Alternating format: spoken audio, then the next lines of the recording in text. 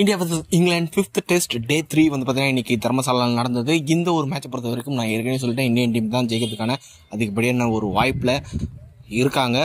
இந்த ஒரு பொசிஷன்லேருந்து Indian team தோக்கிறதுக்கான வாய்ப்பு ரொம்ப ரொம்ப கம்மி அப்படின்ற மாதிரி சொல்லியிருந்தேன். அதே மாதிரி வந்து பார்த்தீங்கன்னா டே 3ல் வந்து பார்த்தீங்கன்னா செகண்ட் செஷன்லேயே இங்கிலாந்து டீமை வந்து பார்த்தீங்கன்னா ஆல் அவுட் பண்ணி இந்த சீரீஸை 4-1 அப்படின்ற மாதிரி ஜெயிச்சிருக்காங்க இந்தியன் டீம். முக்கியமாக இந்தியன் டீமை பாராட்டி ஆகணும். ஏற்கனவே நிறைய வாட்டி சொல்லியிருக்கேன், எக்ஸ்பீரியன்ஸ் பிளேயர்ஸ் இந்த ஒரு டீமில் வந்து பார்த்தீங்கன்னா ரொம்ப ரொம்ப கம்மி. ரோஹித் சர்மா, ரவீந்திர ஜடேஜா, அதுக்கப்புறம் ஜஸ்பிரித் பும்ரா, ரவிச்சந்திரன் அஸ்வின், இந்த ஒரு 4 பேர் தான் வந்து பார்த்தீங்கன்னா கோர் பிளேயர்ஸாக இருக்காங்க. இவங்களை தவிர்த்து எந்த ஒரு பிளேயருக்குமே எக்ஸ்பீரியன்ஸ் கிடையாது. கிட்டத்தட்ட ஒரு 5-6 பேர் டெபியூட் ஆகியிருக்காங்க இந்த ஒரு சீரீஸில் இந்தியன் டீமை பொறுத்த வரைக்கும்.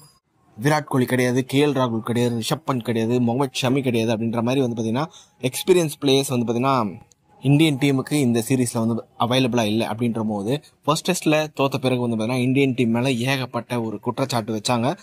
அதெல்லாம் மீறி யங்ஸ்டர்ஸை வச்சு இந்த ஒரு டீம் வந்து பார்த்தீங்கன்னா பேஸ்பால், அதுவும் பென் ஸ்டோக்ஸ் தலைமையில் ஒரு இங்கிலாந்து டீம் வந்து பார்த்தீங்கன்னா செம்ம ஸ்ட்ராங்காக சுற்றிட்டு இருந்தாங்க. அவங்களுக்கு அகைன்ஸ்டாக இந்த ஒரு யங்ஸ்டர்ஸை வச்சு ரோஹித் சர்மா ஜெயிச்சிருக்காருன்னா ஃபுல் கிரெடிட் அவருக்கு தான் கொடுத்தாகணும். அவருக்கும் டிராவிடுக்கும் தான் கொடுத்தாகணும். ஃபர்ஸ்ட் இதை தான் நான் சொல்லி ஆகணும்னு நினச்சேன். ஓகே, இப்போ வந்து பார்த்தீங்கன்னா டே 3ல் என்ன நடந்தது அப்படின்னு பார்த்தீங்கன்னா ஜஸ்பிரித் பும்ராவும் குல்தீப் யாதவும் வந்து பார்த்தீங்கன்னா டேவை ஸ்டார்ட் பண்ணாங்க. அவங்களால பெருசாக கான்ட்ரிபியூட் பண்ண முடியல. வந்து பார்த்தீங்கன்னா ஃபர்ஸ்ட் ½ அன் ஹவர்லேயே அவங்க வந்து பார்த்தீங்கன்னா அவங்களோட விக்கெட்டை இழந்துட்டாங்க. இந்தியன் டீம் 477 ரன்னில் வந்து பார்த்தீங்கன்னா ஆல் அவுட் ஆகிட்டாங்க. இந்தியன் டீமுக்கு ஒரு 260 ரன்ஸுக்கு வந்து பார்த்தீங்கன்னா லீட் கிடச்சிது. இந்த ஒரு ஃபர்ஸ்ட் இன்னிங்ஸில் 260 லீட் கிடச்ச பிறகு இந்தியன் டீம் வந்து பார்த்தீங்கன்னா இது வரைக்கும் தோத்ததே கிடையாது. 13 மேட்ச்சில் வந்து பார்த்தீங்கன்னா 12 மேட்ச் ஜெயிச்சிருக்காங்க. ஒரு மேட்ச் வந்து பார்த்தீங்கன்னா ட்ரா ஆயிருக்கு அப்படின்ற மாதிரி வந்து பார்த்தீங்கன்னா ஸ்டாட்ஸ்லாம் சொல்லுது. அதே வழியில் தான் இந்த மேட்சும் போயிருக்கு. இந்தியன் டீம் வந்து பார்த்தீங்கன்னா இந்த ஒரு மேட்சை இன்னிங்ஸ் 164 ரன்ஸ் வித்தியாசத்தில் இந்த ஒரு மேட்சை ஜெயிச்சிருக்காங்க. அது மட்டும் வந்து பார்த்தீங்கன்னா இந்த சீரீஸை 4-1 அப்படின்ற மாதிரி ஜெயிச்சிருக்காங்க. என்னடா இங்கிலாந்து டீமோட பேட்டிங் பற்றி எதுவுமே பேசல அப்படின்னு கேட்டிங்கன்னா, இங்கிலாந்து டீமோட பேட்டிங் பற்றி நான் என்ன பேசுறது, பேஸ்பால் ஆடுறேன்னு சொல்லிட்டு டோட்டலாக வந்து பார்த்தீங்கன்னா மறுபடியும் ஒரு கொலாப்ஸ். எத்தனை வாட்டி பட்டாலும் புரிஞ்சுக்க மாட்டாங்க.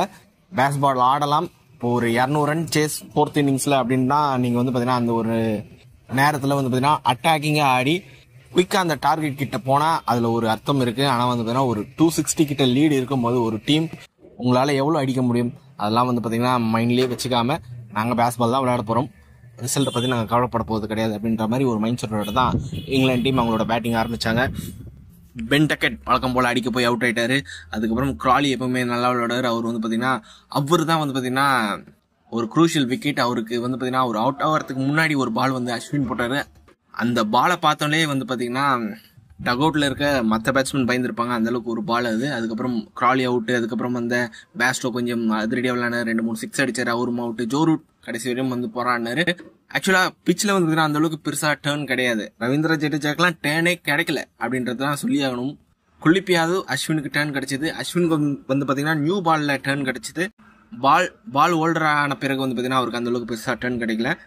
பேட்டிங் விளையாடலாம். இந்த ஒரு விக்கெட்டில் வந்து பார்த்தீங்கன்னா கொஞ்சம் சர்வை பண்ணி ஜோ ரூட் ஆடுற மாதிரி ஆடி இருந்தால் இங்கிலாந்து டீம் வந்து பார்த்தீங்கன்னா இப்போதைக்கு ஒரு 64 ரனில் வந்து பார்த்தீங்கன்னா தோற்றுருந்தாங்க. இன்னிங்ஸ் 164 ரன்ஸில் வந்து பார்த்தீங்கன்னா தோற்றுருந்தாங்க. இன்னும் கொஞ்சம் 2-3 பேட்ஸ்மேன் வந்து பார்த்தீங்கன்னா கொஞ்சம் பொறுமையாக விளையாடி ஒரு 150 கிட்ட டார்கெட் வச்சிருந்தா ஒரு டைட் மேட்சாக இருந்திருக்கும். பட் வந்து பார்த்தீங்கன்னா அடிக்க தான் போவோம் அப்படின்ற மாதிரி ஒரு மைண்ட் செட்டோட வந்து டோட்டலாக வந்து பார்த்தீங்கன்னா எந்த ஒரு ஃபைட்டும் இல்லாமல் இந்த ஒரு மேட்ச் வந்து பார்த்தீங்கன்னா சப்புன்னு முடிஞ்சிச்சு. ஓவரால் இந்த மேட்சை பொறுத்த வரைக்கும் 2 செஷன் தான் இங்கிலாந்து டீம் வந்து பார்த்தீங்கன்னா ஒரு இன்னிங்ஸ் விளையாடுறாங்க. அதுக்கப்புறம் வந்து பார்த்தீங்கன்னா ஆல் அவுட் ஆயிடுறாங்க. அதுதான் நான் வந்து பார்த்தீங்கன்னா சொல்ல விரும்புகிறேன். அதுதான் என்னால் அப்சர்வ் பண்ண முடிஞ்சுது. இதுக்கு முன்னாடி நான் 90 ஓவர் அப்படின்ற மாதிரி சொல்லியிருந்தேன். 90 ஓவர் அவங்க ஆடுவாங்க, அதுக்கப்புறம் அவுட் ஆகிடுவாங்க அப்படின்ற மாதிரி இருந்தது. ஆனால் இந்த டெஸ்ட் மேட்ச்சில் வந்து பார்த்தீங்கன்னா அவங்களால அந்த 90 ஓவர் கூட ஆட முடியல. 2 செஷன் தான் அவங்களுக்கு. அந்த 2 செஷனோட அவங்கள ஏற கட்டிட்டு இந்த மேட்சை ஈஸியாக வந்து பார்த்தீங்கன்னா ஜெயிச்சிட்டாங்க இந்தியன் டீம். இந்த 5 டெஸ்ட் மேட்ச்சில் வந்து பார்த்தீங்கன்னா இங்கிலாந்து டீம் 2 தர்மடி வாங்கியிருக்காங்க. ஒன்று ராஜ்கோட் டெஸ்ட், அதுக்கப்புறம் இந்த ஒரு தரம்சாலா டெஸ்ட்டுன்னு நினைக்கிறேன். இதில் என்ன ஒரு வேடிக்கையான விஷயம்னா 2மே பரம பாட்டா விக்கெட். இந்த 2த்துல தான் அவங்க தர்மடி வாங்கியிருக்காங்க. அப்படின்ற போது விசாகப்பட்டினம் அதுக்கப்புறம் ராஞ்சி இந்த 2 கிரவுண்ட்லேயும் இந்த 2 கிரவுண்டும் அந்தளவுக்கு ஃப்ளாட் விக்கெட் அப்படின்ற மாதிரி சொல்ல முடியாது. கொஞ்சம் பவுலர்ஸ்க்கு அசிஸ்ட் இருந்தது. முக்கியமாக விசாகப்பட்டினம் ஃபாஸ்ட் பவுலருக்கு சாதகமாக இருந்தது. ராஞ்சியில் அங்கங்கே கிராக்ஸ் இருந்தது. கொஞ்சம் வந்து பார்த்தீங்கன்னா லோ பவுன்ஸ் வேரியபிளாக இருந்தது. ஆனால் வந்து பார்த்தீங்கன்னா இந்த ஒரு தரம்சாலா டெஸ்ட்டும் சரி, ராஜ்கோட் டெஸ்ட்டும் சரி, பேட்டிங்க்கு நல்ல ஒரு செம்ம மொளன்னு ஒரு விக்கெட் கொடுத்துருக்காங்க. அதில் இங்கிலாந்து டீம் வந்து பார்த்தீங்கன்னா 2 செஷனில் அவுட் ஆகிறதுலாம் வந்து பார்த்தீங்கன்னா ரொம்ப ஒரு மோசமான விஷயம்னே சொல்லி ஆகணும். ஓவரால் இந்த ஒரு சீரீஸை வந்து பார்த்தீங்கன்னா இந்தியன் டீம் ஜெயிச்சிட்டாங்க. இதே எத்தனை வாட்டரா சொல்லுவியா அப்படின்னு கேட்காதீங்க. இந்தியன் டீம் ஃபைனலாக இந்த ஒரு சீரிஸ் ஜெயிச்சிட்டாங்க.